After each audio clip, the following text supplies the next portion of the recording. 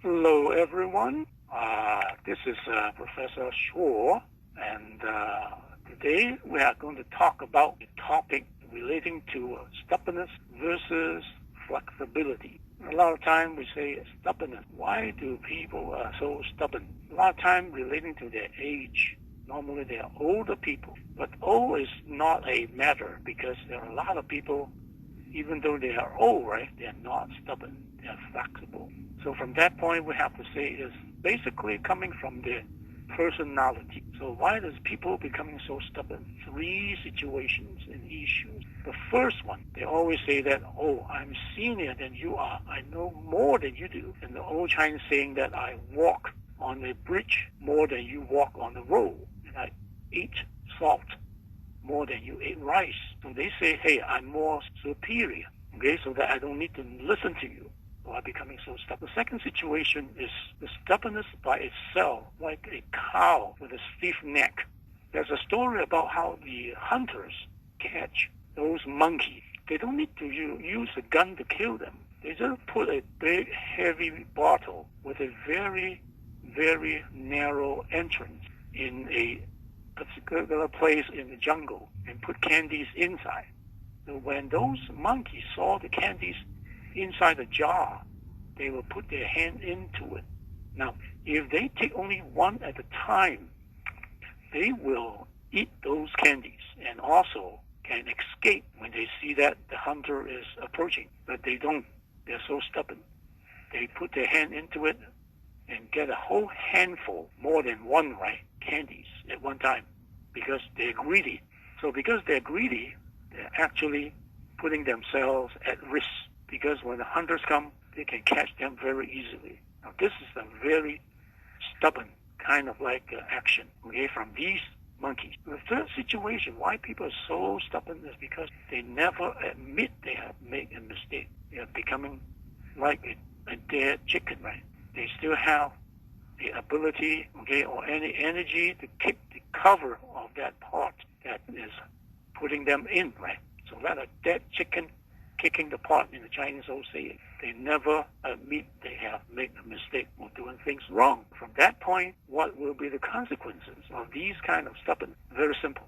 They cannot establish friendship and also make relationship becoming pretty bad between people and themselves. Nobody like to help them, okay? Because whatever you help, they say, no, your plan is not the best, mine is the better. And also, what you have just helped doesn't give me any new ideas or help me to solve the problem. Problem's still not being solved, right?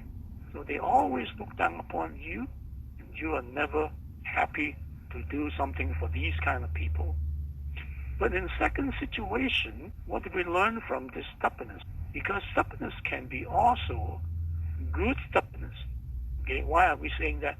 Some stubbornness are good. I would say this is insists of doing something good. Okay, so when somebody has power to put you down, right, and you said, hey, don't use your power, make me go under you. I will never give in. Now, this is what they say. Now, this is something really important. Not giving in is very important because a lot of times it's under political reasons. A lot of people will not be put under really bad political people, right? You see what I'm saying?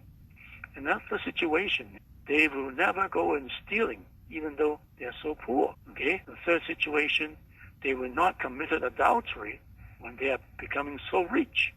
So this kind of insists of doing good things is, we call it pure good stubbornness. So because you have selected the best to do and never give in. Now, we have developed such character or habit because of what? Because just like example, if you want to be a good student, successful student, you have to wake up early and go to school, right? And review your material that you learned for the day. Then you are having all these things digested, and you can be really good in examination. And also, when you're working for someone, okay, you insist in doing the best out of yourself. Then what happens? You will go to your workplace on time. Never miss a meeting with your boss and other colleagues, and do your project with 100% kind of energy and doing the best. Then what happens? You'll always be thriving to be the best in the top on the job environment so that your boss will give you a raise or put you into a better position, have some bonuses for you, and you get vacations. You see what I'm saying? So insist on doing good. This kind of stubbornness is the best in town. But how can we be flexible if we don't want to be stubborn? We need to be flexible under three situations. The first one is what? You must be very much taking the best opportunity, okay?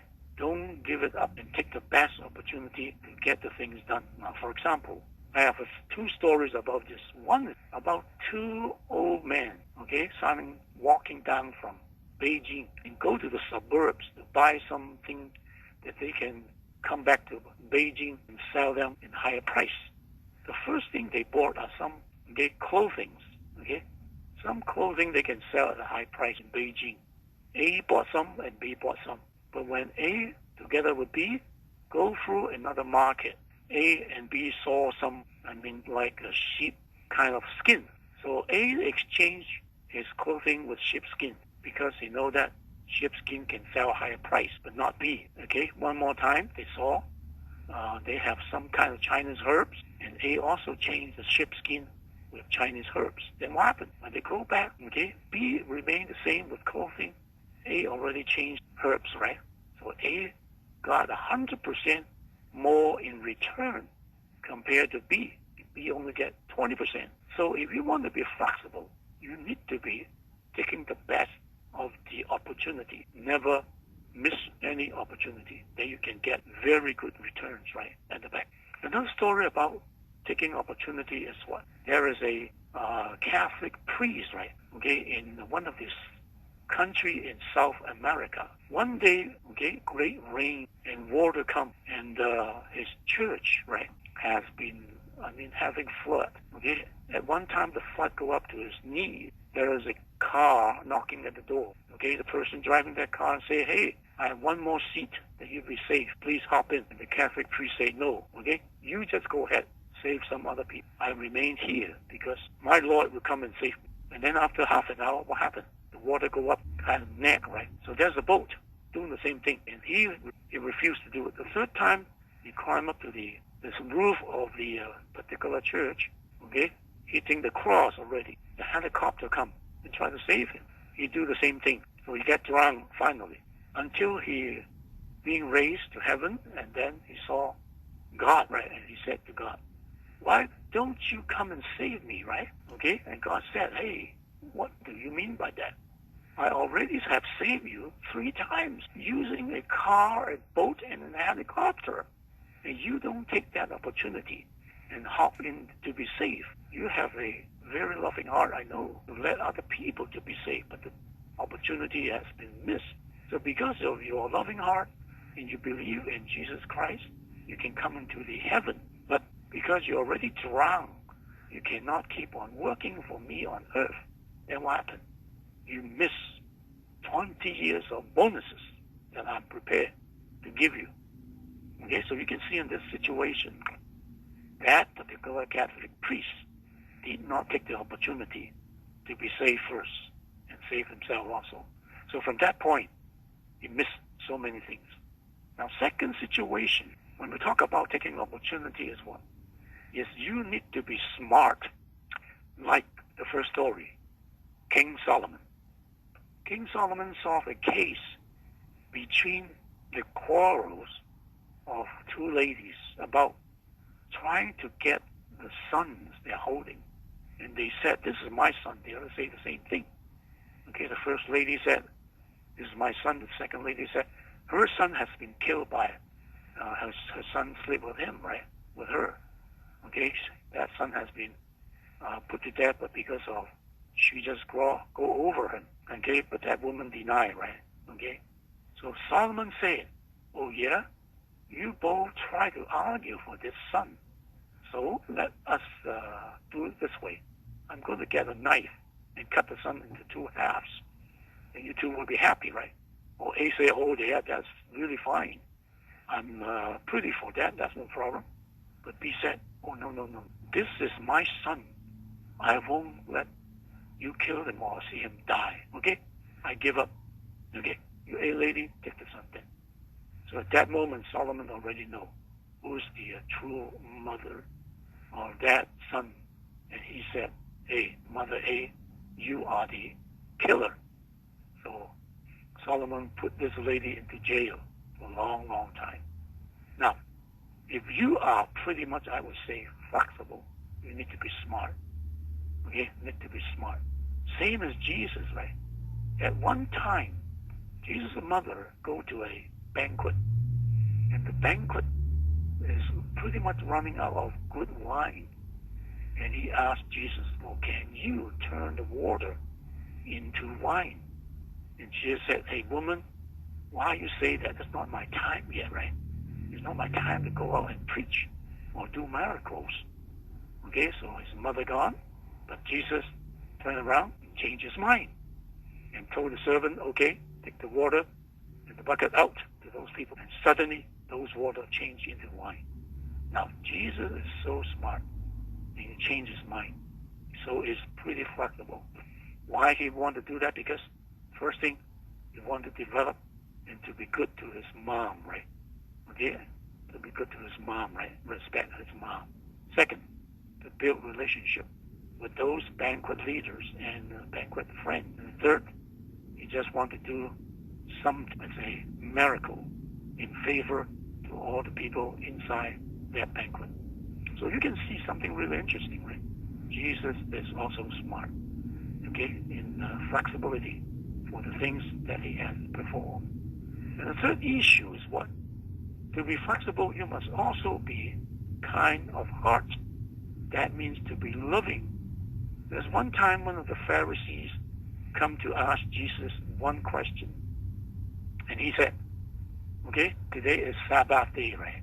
Well, should we honor the Lord, not doing everything? Okay, he just said, yes, you shouldn't do heavy duty, but rest today.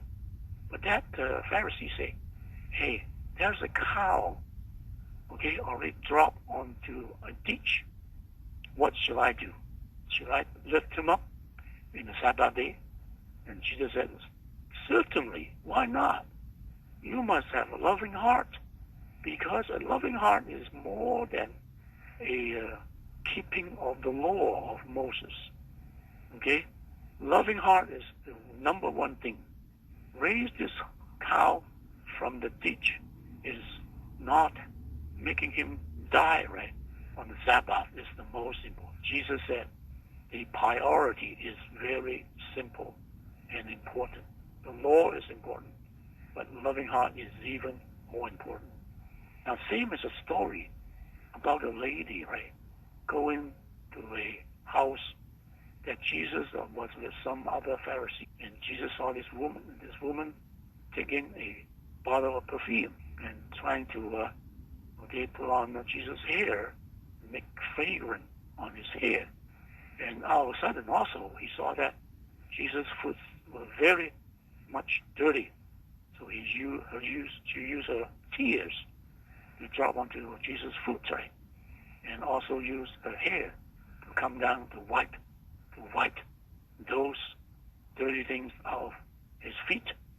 So this is a kind of flexibility. But the man, the host of that house is totally inflexible. Because Jesus looked at him, we know what he is thinking. And Jesus said, when I come into your house, you know, not even give me water to water my foot. But this lady did. You never give me a kind of shake hand, but this lady tried to wipe my foot with her hair. Now she is doing a good thing on me for her flexibility. Okay, and doing good thing. Her name will be honored in every chapter of the Bible. This is something really important. So from that point we can see, okay, Jesus liked this lady and said, your action have saved you. Okay, so don't sin again and go, right? Something like that. So from that point you can see flexibility is also important, but you need to be smart in doing the thing. Okay, so from that point, don't be stubborn, but be flexible in God's way, right? So I end my story and lesson on this point. Thank you for listening. If you want some other people, what God has on Cantonese, you can go to Shaw, S-H-A-W, Chinese wisdom. Thank you. Bye-bye.